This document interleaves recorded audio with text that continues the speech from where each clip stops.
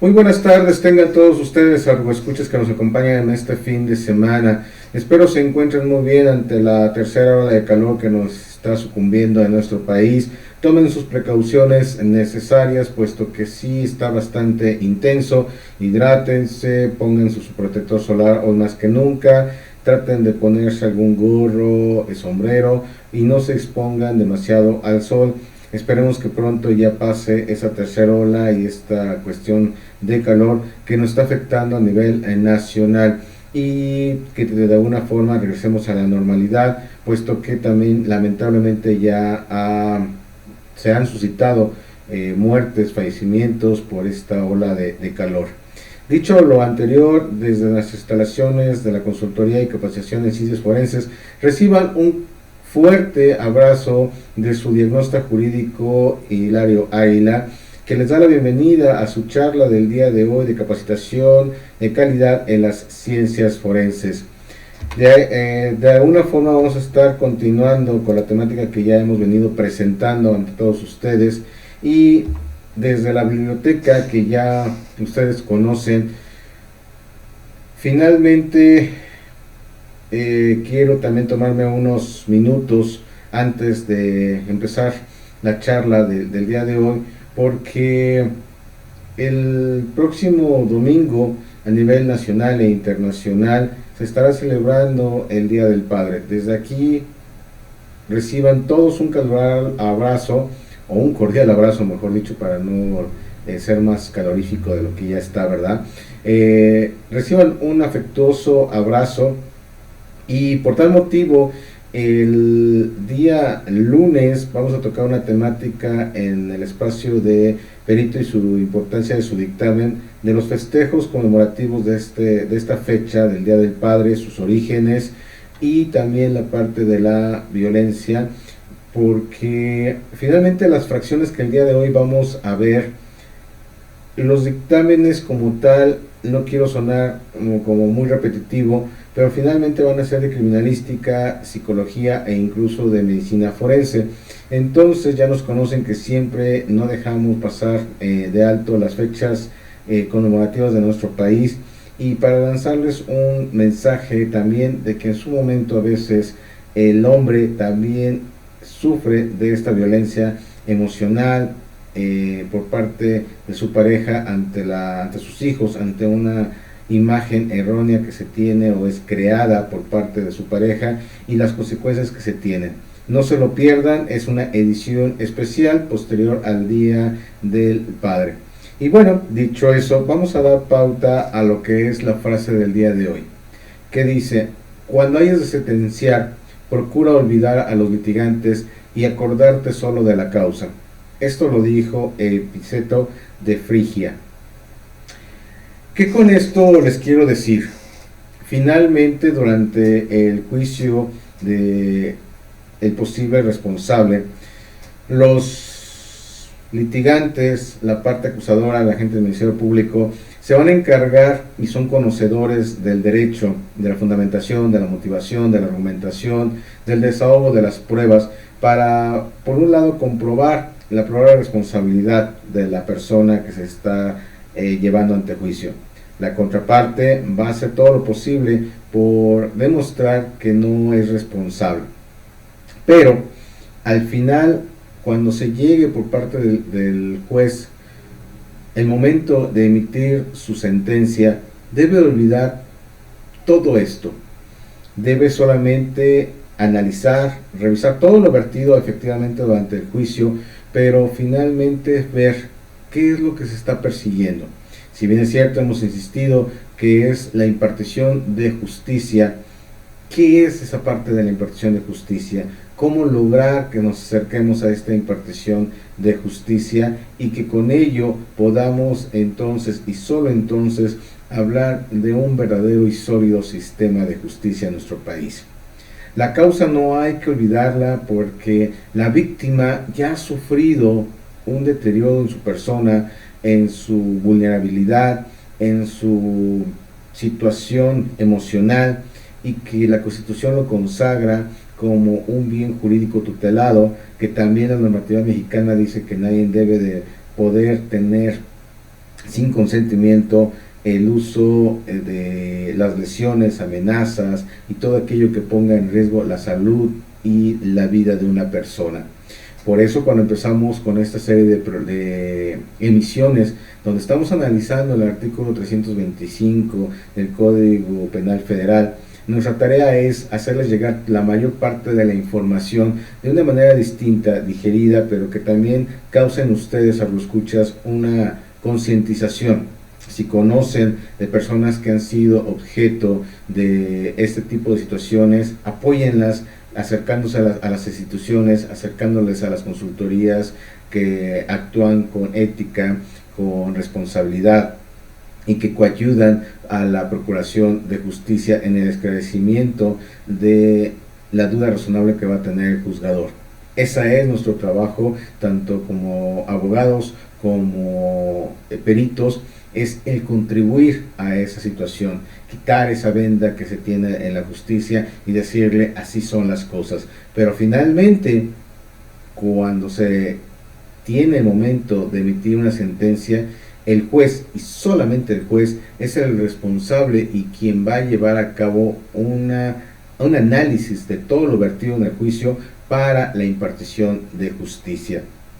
¿Y por qué se debe olvidar de todas las partes? No importa finalmente el agente del Ministerio Público, el litigante particular, los testigos, los dictámenes, etcétera. Lo que importa es la víctima, lo que importa es la prevención del delito, lo que importa es que si de resultar culpable, responsable la persona que está siendo señalada de una conducta antijurídica denominada delito, pueda hacer frente a las consecuencias jurídicas y sobre todo no dejarlos en libertad para que sigan actuando en contra de la sociedad.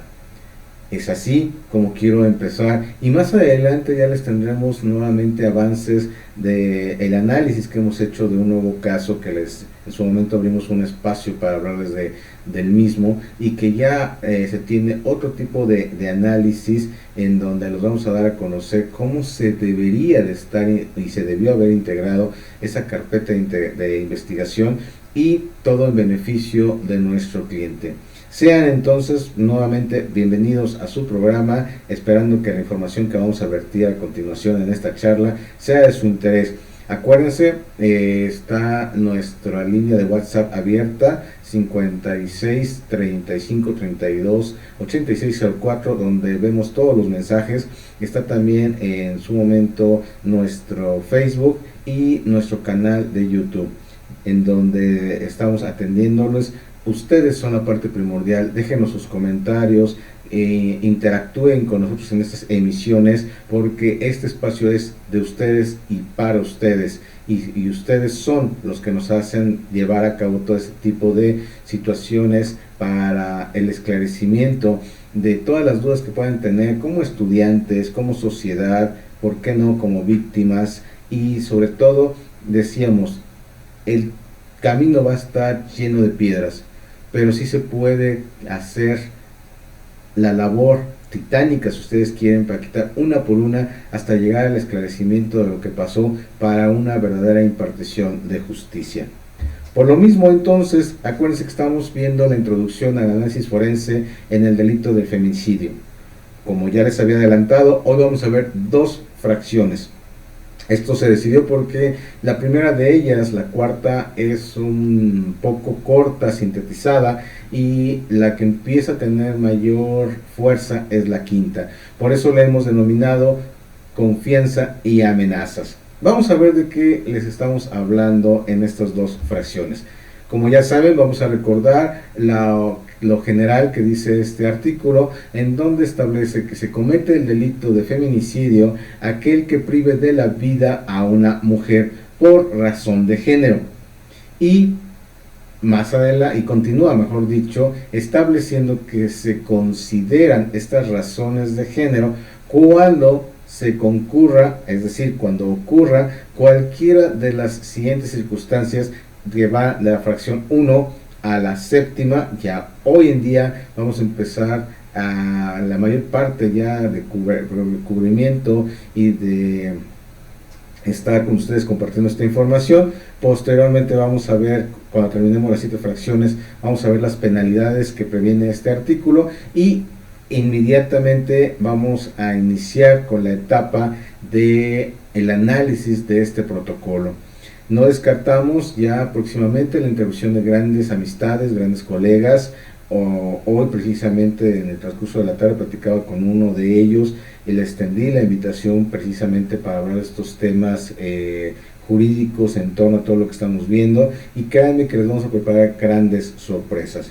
En ese tenor, la fracción cuarta dice: cuando haya existido entre el activo y la víctima una relación sentimental, afectiva o de confianza, entendiéndose como el activo a la persona denominada victimario, al que despliega la conducta antijurídica denominada delito, y es una relación entre lo que es el victimario y la víctima, y que tenga una relación sentimental con ella, afectiva o de confianza. Y vamos a ver de qué estamos hablando. Vamos a ver la primera parte, en este caso, que aunque está como denominado violencia familiar, también se le puede denominar violencia laboral, o se puede englobar en estos términos por lo siguiente. Dice que tengan una relación sentimental. ¿Dónde se da esta relación sentimental? Se da en el noviazgo y se consolida con el matrimonio. Esta relación afectiva va a ser lo que hemos insistido a lo largo ya de varias emisiones. El proceso de enamoramiento es muy bonito. A lo largo del tiempo, de los cuentos de hadas, de las películas, nos han enseñado que es un momento mágico en donde uno siente, a veces nos dicen mariposas en el estómago, una serie de sentimientos, y vemos a esa persona que es la de nuestros sueños, la ideal, con la que debemos iniciar una relación. ¿Cuántas veces, y seguiremos insistiendo, la persona, el victimario, asume una personalidad que no es? La corteja, es atento, está al pendiente, le llama por teléfono, la invita a salir, se desvive por atenderla, y en este proceso de enamoramiento y consolidación para llegar a ser de un sentimiento y poder iniciar una relación de noviazgo, hace todo lo posible por dar su mejor cara, su mejor imagen. Pero también, cuando estuvimos viendo la parte de la criminogénesis y de la criminodinámica, decíamos que hay factores exógenos. En la imagen que tenemos del lado derecho, todo va muy bien. Pero ¿qué pasa ante el menor descuido, ante el menor detonamiento? Cuando la persona ve que las cosas no están saliendo como él las planeó, como él quería, se le hace tarde a la mujer, se le olvidan cosas de donde fueron para desayunar, caminaron más allá y a lo mejor la bicicleta era rentada y la tenían que devolver, una serie de factores, y empiezan a alzar la voz, empieza a culparla, a responsabilizar, y lo que parecía algo tan bonito se torna en un estado de violencia.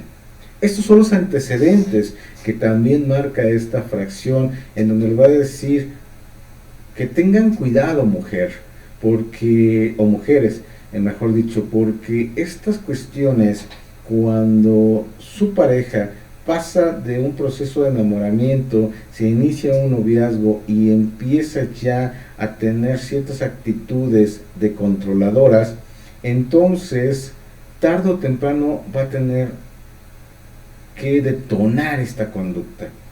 ¿Cuántas veces hemos dicho que las van aislando de sus amistades, de su familia, quieren tener todo el tiempo? ¿Cuántas veces hemos escuchado de ¿por qué no me contestas la llamada? ¿Por qué no me respondes mis mensajes? ¿Con quién estabas? ¿Por qué te viste de esa manera? Ya no quiero que hables con fulano o con esta persona. Ya no tienes tiempo para mí. Y yo, que he dado todo lo mejor a esa relación, que no entiendes que no puedo vivir sin ti. Y toda esa serie de factores son antecedentes de lo que va a marcar o va a regresar como esta parte de una relación sentimental. ¿Qué va a pasar si posteriormente a ese noviazgo llegamos al momento cumbre denominado matrimonio? Y entonces decíamos que automáticamente también se consolida esa frase que también creo que es errónea, porque decimos, es mi novia, es mi amiga, te presento a mi esposa. Ese calificativo es de posesión.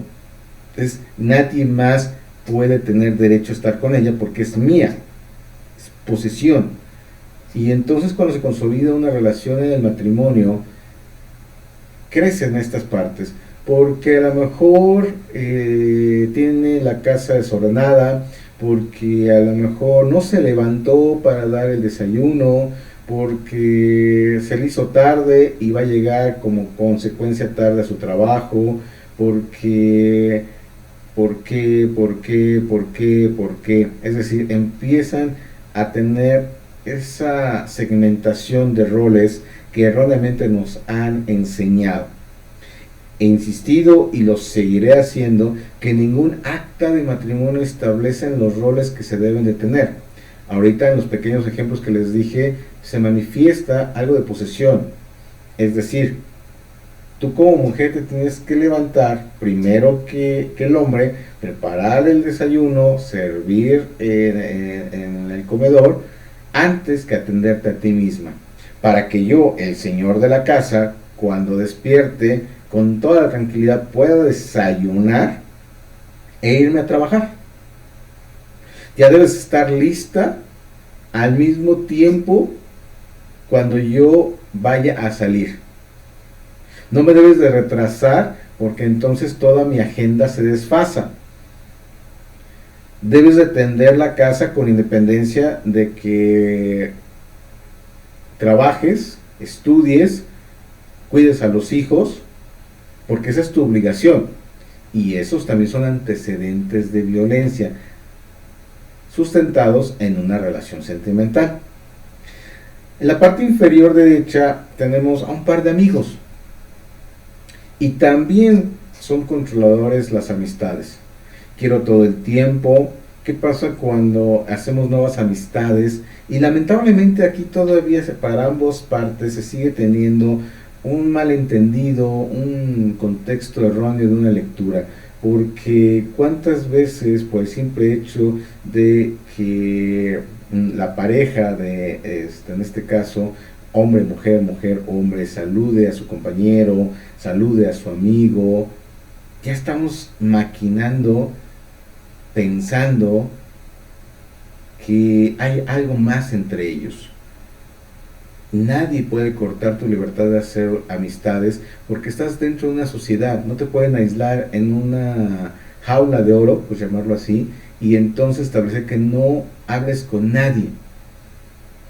Y eso se da muchas veces cuando las personas van a dejar a la pareja al trabajo o la acompañan a un evento de su trabajo y empieza a ver cosas en su mente que solamente él las está viendo. Sí, claro, ¿por qué tan platicadora con esta persona? Mira, te sonrió de tal manera, te abrazó de tal manera, no me respetó, qué falta de respeto. Ya no quiero que le hables. Oye, pero es mi compañero de trabajo. Pues yo no sé cómo le vas a hacer, pero es que no me gusta que tengas contacto. ¿Por qué te está llamando al celular? que no sabe que estás con el novio, con tu marido, y otra vez con tu marido, con tu novio, con tu pareja. Entonces, en la sintaxis de palabras decimos y dejamos de hacer muchas cosas de lo que es nuestra personalidad. Ambos, mujer y hombre, somos un complemento, un proyecto de vida que nace de una amistad, se empieza a gestar en el noviazgo y por supuesto que se busca que sea para toda la vida a través del matrimonio, pero es un proyecto de vida, un complemento. Sí somos una pareja, sí y solo sí, pero también somos personas independientes, con amistades, con familia, con muchas otras cosas que así las conocieron, desde su forma de vestir, hablar, relacionarse, etcétera. Y entonces, ¿quiénes somos para intentar cambiar y violentar a la mujer? Y finalmente tenemos que también hablar de una relación de confianza. Esto se da en los trabajos, en los subordinados, en donde las personas de confianza no tienen un horario de salida, pero muchas veces se abusa de esta situación. ¿Cuántas veces decíamos en las emisiones anteriores? Se hace que el jefe le pide a última hora ya de su jornada laboral que le realice un trabajo, que se quede horas extras, y aprovecha que nadie está en la oficina para hacerle propuestas, para intentar propasarse, para acosarla, y si no, tengo toda la autoridad para decir que no estás cumpliendo con tus actividades y rescindir tu contrato. A eso se refiere esta fracción. Posteriormente vamos a entrar en materia ahora sí en la fracción quinta. Que existan datos que establezcan que hubo amenazas relacionadas con un hecho delictuoso, acoso o lesiones por parte del sujeto activo en contra de la víctima. Si se dan cuenta, lamentablemente va subiendo de tono. Si bien es cierto, a veces es muy difícil establecer las amenazas con una cuestión, y hemos dicho a través del análisis psicológico de los dictámenes en psicología forense, se puede establecer el daño emocional, cognitivo que ha hecho una persona en contra de. ¿Por qué? Porque finalmente esta cuestión de amenazas puede ir desde lo que decíamos hace unos instantes. Si no te quedas a trabajar todo el tiempo que yo te digo y haces lo que yo te digo que hagas como tu jefe, entonces te rescindo el contrato.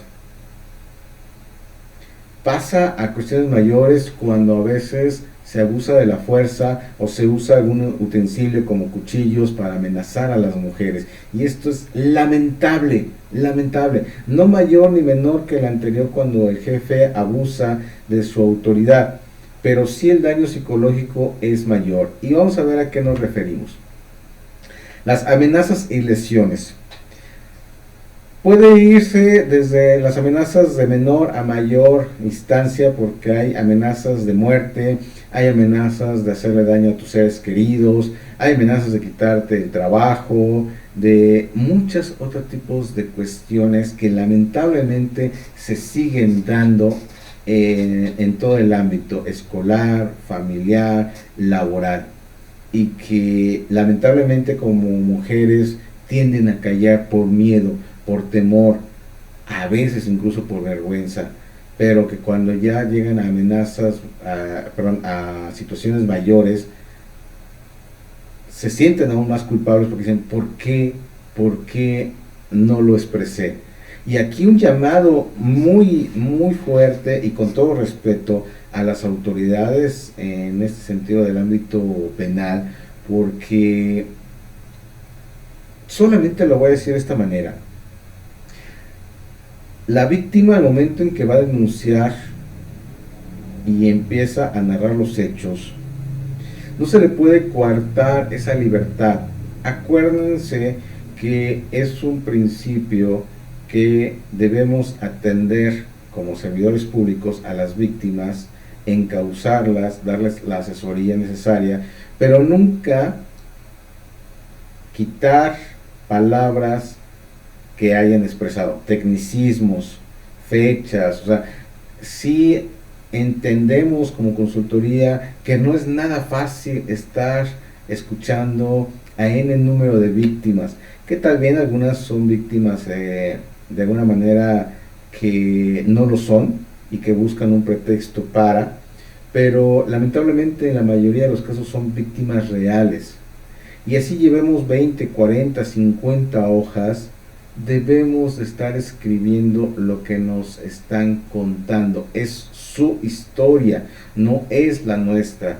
No es vale decir, fíjate que ya llevo 3 horas o 1 hora escuchándote, es que eso ya me lo repetiste, es que eso ya lo dijiste, es que eso no lo puedo poner. Cuando hemos leído diversas carpetas de investigación, hemos visto groserías, tecnicismos, porque así se habla en la región, porque así se expresa, porque así se lo dijeron, con textualmente se lo dijeron. Los ejemplos en este caso los quisiera mencionar, pero finalmente como contienen palabras antisonantes no lo voy a hacer. Pero aún así, cuando te amenazan con palabras antisonantes, abusando de la fuerza, con un arma punzocortante, con una pistola, así se deben de plasmar, porque solamente desde ahí se va a tener un análisis y elementos necesarios para ordenar las diligencias para que se confirmen que es una víctima de amenazas. ¿Y qué pasa con las lesiones? ¿Qué pasa con esa cuestión de agresividad? Ya hemos hablado muchísimo del violentómetro, ya hemos hablado desde que te den una cachetada, un pellizco, algo que te produzca un hematoma, es decir, un moretón, y que lamentablemente también hay una subdivisión que en lo personal me cuesta trabajo entender, porque dicen lesiones menores a 15 días, lesiones mayores a 15. Efectivamente nos estamos refiriendo a la parte física del hematoma, sigo insistiendo, del moretón. Y es cierto, puede tardar menos de 15 días en sanar en tu piel. Sí, claro está.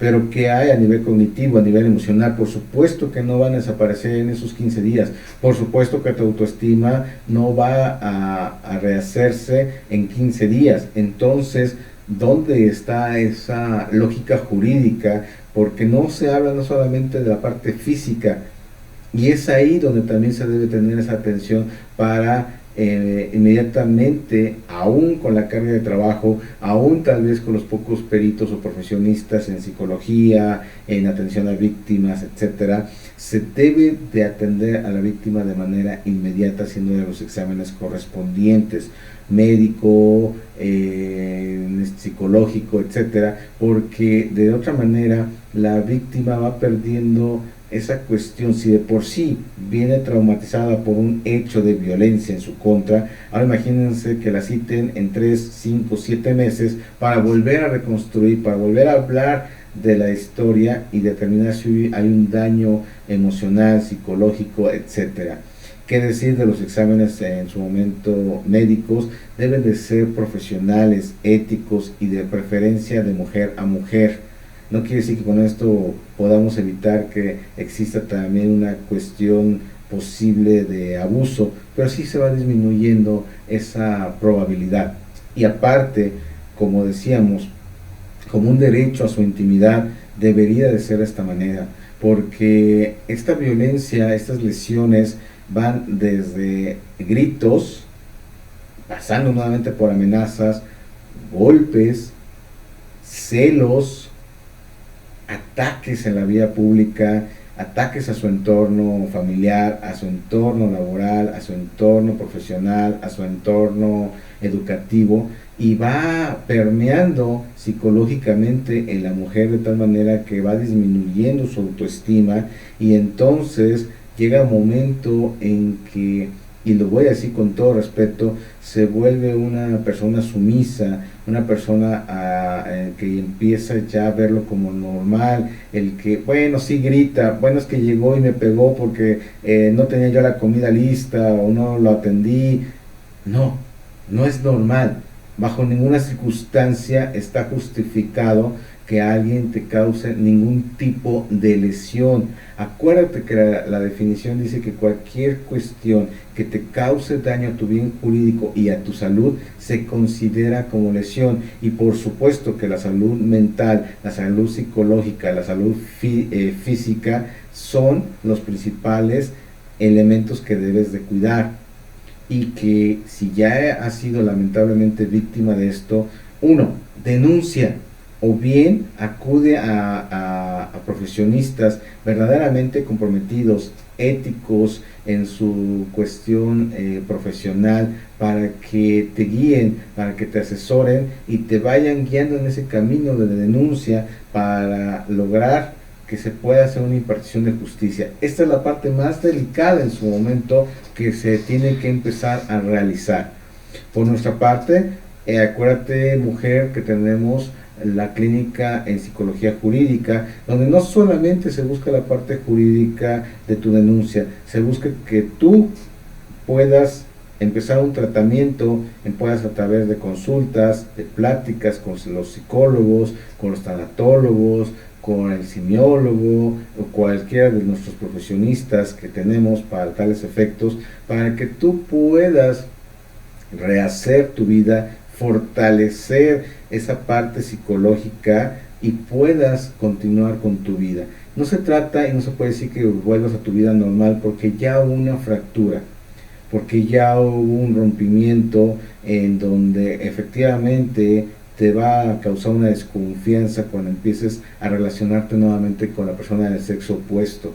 Pero sí hay elementos y hay técnicas que te podemos brindar para que puedas salir adelante, para que en tu acompañamiento jurídico no al paso del tiempo la autoridad diga no se pudo continuar, se archiva y si quiere vuelva a empezar otra vez la denuncia, porque es una de las causales. Mientras realmente no se lleven a cabo las denuncias con su adecuado seguimiento, con su adecuada asesoría, que se lleven a juicio, porque hay muchas cosas y muchas situaciones en donde se tiene ya como tal señalado. No quiere decir que por ese simple hecho ya sea responsable y culpable, pero no podemos negar lo innegable, es decir, como dice, no podemos defender lo indefendible. Si ya los hechos en la narrativa son contundentes y en su momento durante el juicio oral se fortalecen y se le hace ver al juzgador que realmente desde la declaración inicial hasta todo lo vertido en juicio es como sucedieron los hechos, se le facilita el criterio analítico para esa cuestión de llegar a una sentencia. No busquemos defender lo indefendible. Sabemos que sí, lamentablemente, pues todos dicen que tenemos derecho a una defensa pronta, que los derechos humanos, que las garantías individuales, y empieza todo un proceso que hemos discutido aquí en la consultoría, porque pareciera mentira y que no lo es, porque lamentablemente se voltea la tortilla, como diríamos. La mujer que ha sido víctima de cualquiera de esas cuestiones, y que ahorita va a subir un poco de tono el siguiente análisis, pero me quiero detener un poco aquí, y que a través de las diligencias va bien su procedimiento, pero que al momento en que es detenido la persona, el probable responsable, los policías, por llamarlo así, le apretaron de más las esposas, le gritaron, vaya, alguna cuestión entrecomillado de ese indebido proceso. Pareciera que ahí entonces el victimario se convierte en víctima y empiezan los derechos humanos, y lamentablemente, si lo tengo que decir, la Comisión de Derechos Humanos no está para eso. No solamente no está para emitir recomendaciones ni para defender a los probables responsables por que durante el proceso se les violó su debido proceso, valga la redundancia de ideas. Si bien es cierto, todos los seres humanos tenemos derechos humanos y garantías individuales plasmadas en nuestra Constitución, también es cierto que debería pesar más su conducta antisocial, previniendo, sí, haciendo recomendaciones a las instancias correspondientes que tengan mayor cuidado, ya sea en el traslado, en la aprehensión, etcétera, pero nunca es para que de ahí se turne como víctima el victimario. Yo siempre tengo un dicho o una forma de pensar: eres muy valiente para lesionar, para amenazar, para amedrentar hacia la mujer. ¿Qué te da ese poder? ¿Qué te da ese valor? Ah, pero a tantito te aprietan las esposas y empiezas a llorar como a Magdalena. ¿Dónde está esa parte de agresión? ¿Dónde está esa parte de valentía? ¿Dónde está esa persona que violentó a la mujer, que la lesionó, que la amenazó, que la sometió? ¿Dónde está? Y definitivamente no he encontrado una respuesta. Sí, ojalá se revise la actuación de esta institución, porque a veces, por eso también las mujeres las entiendo, que no quieren denunciar, porque dicen: ¿de qué va a valer si más tarde en hacer la denuncia, en que me hagan caso, que lo veo libre? Y que entonces ahora tengo que cambiarme de residencia o tengo que vivir temerosa de que se vengue, de que lo denuncie, y aún así entonces acrecenta la violencia hacia mi persona. Basta de eso. Lleguemos realmente a una impartición de justicia y que realmente ante lo indefinible se emita una sentencia que proteja a la sociedad, que es el papel del Estado a través del sistema judicial, y que prevenga también la consecución del delito, y extengámoslo para que se hagan tratamientos hacia los familiares del victimario, que entiendan que la conducta que desplegó no solamente fue tipificada como delito, sino que también trae consecuencias, porque el siguiente punto es el acoso. Y este acoso nos llevaría para mucho de qué hablar, muchísimo, hay mucha tela de donde cortar, como decimos. ¿Cuántas veces en la imagen de izquierda superior confundimos un piropo, confundimos un halago hacia la mujer y la hacemos sentir mal? La persona que está ahí está chiflándole, pero ¿quién te da esa situación? ¿Quién te da esa autorización? Ah, es que es un cumplido, un piropo. No, ella nunca te está dando un consentimiento. Ella va caminando por la calle hacia su hogar, hacia su trabajo, hacia su escuela, y no puedes atentar con ella. No confundamos, en verdad se los digo, no confundamos esta parte que nos enseñaron generaciones atrasadas de los siglos pasados, en que se tiene el derecho a darle un piropo, a chiflar y decir: es que es un cumplido. No. Si realmente quieres tener una cuestión, un detalle, hazlo de otra manera que no haga sentirla incómoda, porque también va a ser, y ahí donde está la lesión, ahí donde está ese vínculo. Claro que seguramente va a pasar el tiempo, no va a voltear a verte porque no le interesa, porque la incomodas, y tú vas a sentirte, lo que son las cosas, ofendido, agredido, porque va a decir: ni siquiera me voltea a ver, ¿qué le pasa? Pues ahora le voy a demostrar quién soy yo, y seguramente va a subir tus niveles de acoso y de violencia, y vas a terminar por desplegar una conducta antijurídica denominada un delito. Ojo con eso, pongamos atención con eso, y eduquemos a nuestros hijos desde pequeños a respetar en todo sentido de la palabra a la mujer. También tenemos en la parte central la parte del acoso laboral, lo que hemos dicho: se aprovecha cualquier instante para poder estar a solas con la persona, hacerle propuestas indecorosas, hacerla sentir mal. En la parte derecha inferior aprovechamos el trabajo, ella no nos está dando su consentimiento, ella se siente acosada, se siente angustiada, pero calla porque dice, si lo, volvemos a lo mismo, si lo denuncio, si voy con el jefe inmediato o de él, no me van a creer, voy a quedar como la mala del cuento, voy a quedar como la provocadora, porque van a decir, es que tú le diste, en este caso como se dice, alas, es que tú lo provocas con tu forma de caminar, con tu forma de vestir.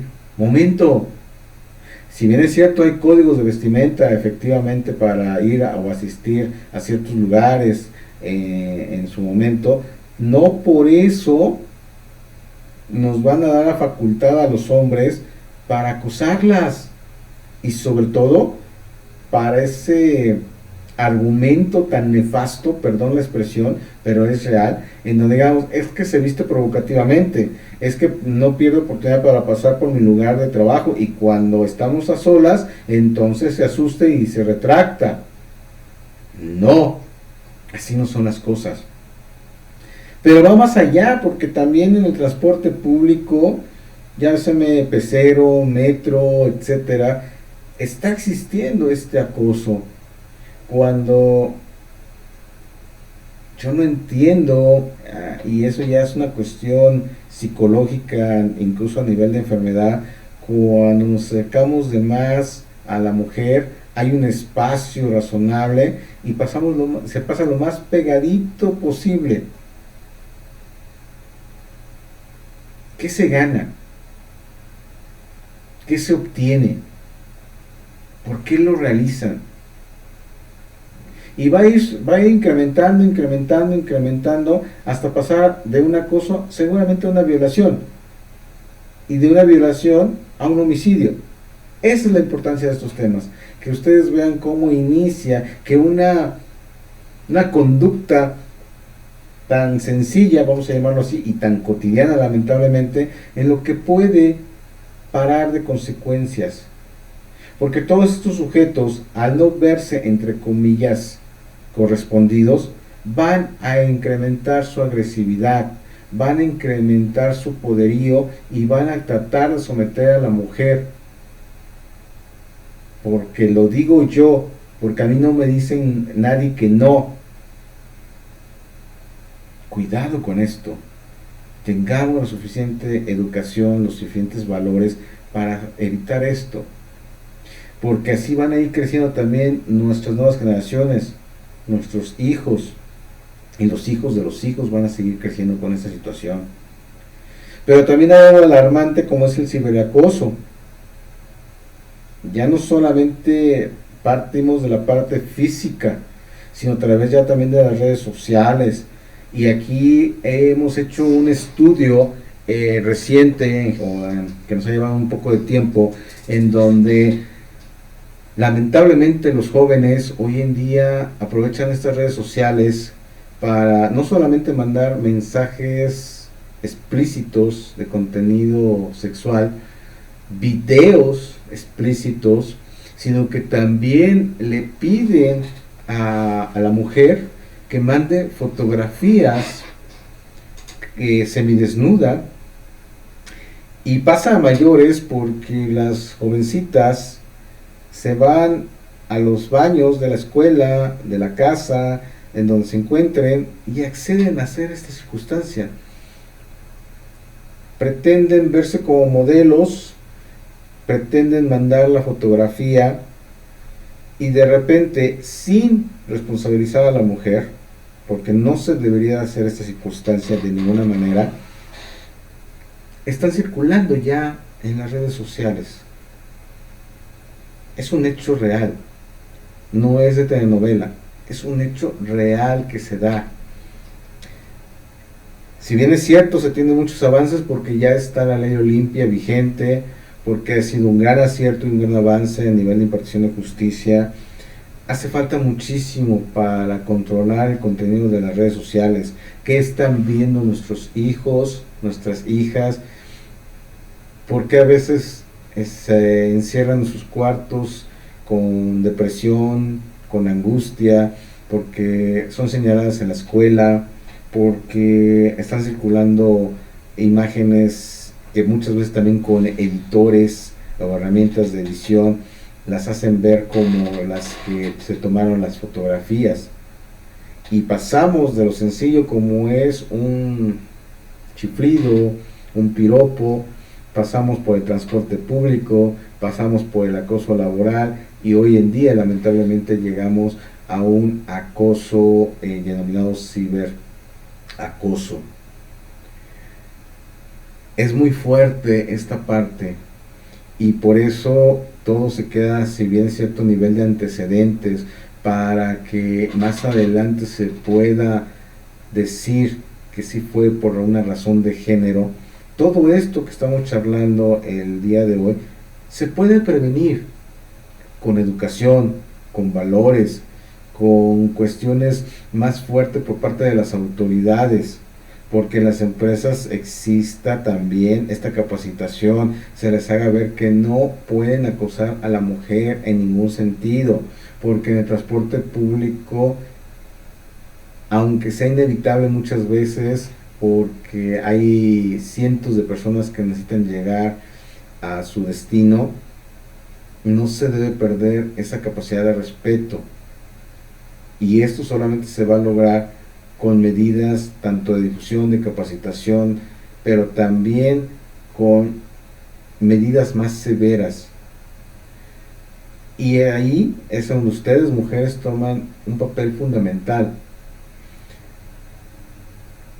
Decíamos hace poco que el Intracrímenes tiene fase interna y fase externa. Sin entrar a detalle, porque ya lo hemos tocado en varias ocasiones, decíamos que la fase interna es la ideación hasta que se toma la decisión de llevarlo a cabo, y la fase externa es llevar a cabo lo ideado. Aquí, en estas 5 fotografías más las anteriores, por supuesto que de manera inmediata está pasando una ideación.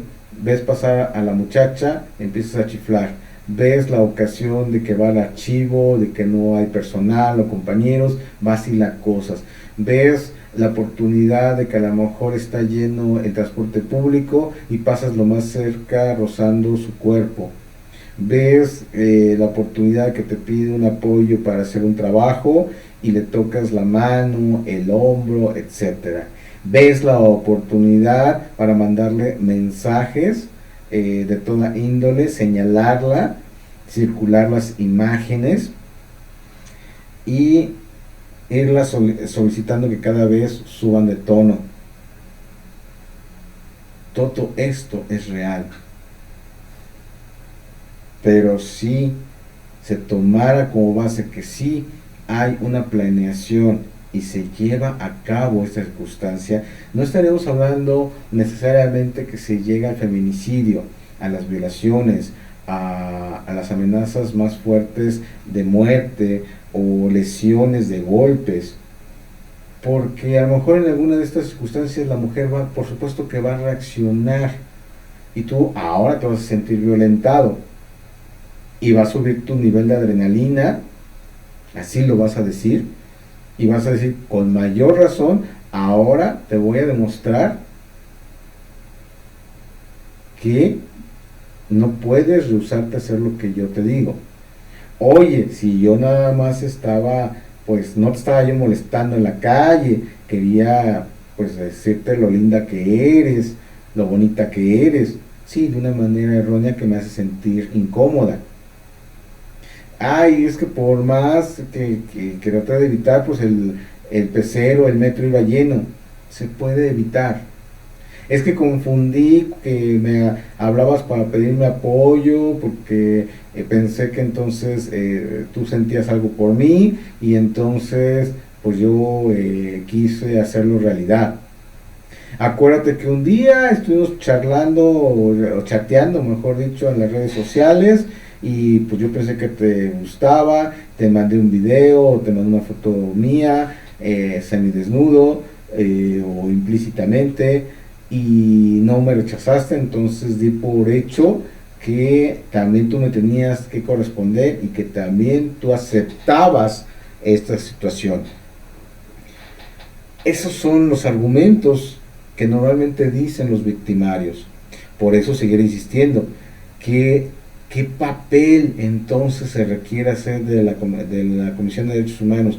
Y más allá de esta instancia, porque nuestra idea no es ni politizar ni criticar las instancias gubernamentales, así lo hemos hecho durante casi ya 4 años, es, si bien es cierto, en 1985, 89 y posteriormente a esa parte, ya cuando se firma el primer tratado de libre comercio con Estados Unidos y Canadá, se hablaba de la necesidad de incorporar los derechos humanos a nivel de tratados comerciales, era para elevar el nivel de los derechos humanos a nivel internacional, a través del constitucionalismo y de tener una interpretación, y que se tuvo muchas contradicciones. Decían, ¿cómo es posible que en aquel entonces el presidente vigente o en funciones pueda establecer que el Tratado de Libre Comercio estaba al mismo nivel que la Constitución?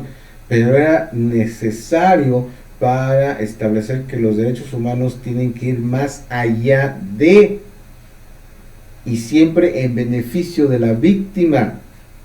Hay unos apartados donde dicen que por el simple hecho de ser ya un probable responsable, estar detenido, privado de tu libertad, aunque sea de manera preventiva, pierdes derechos. Por supuesto, si no todos, si pierdes el principal, que es el derecho a la libertad, y por ende todo lo que conlleva, porque hiciste posiblemente desplegaste una posible conducta antisocial, antijurídica, atípica, denominada delito. Y hasta que no se termine tu procedimiento jurídico y vía sentencia se establezca si eres responsable, eres culpable y te hagan una sentencia o no, no puedes tener derechos.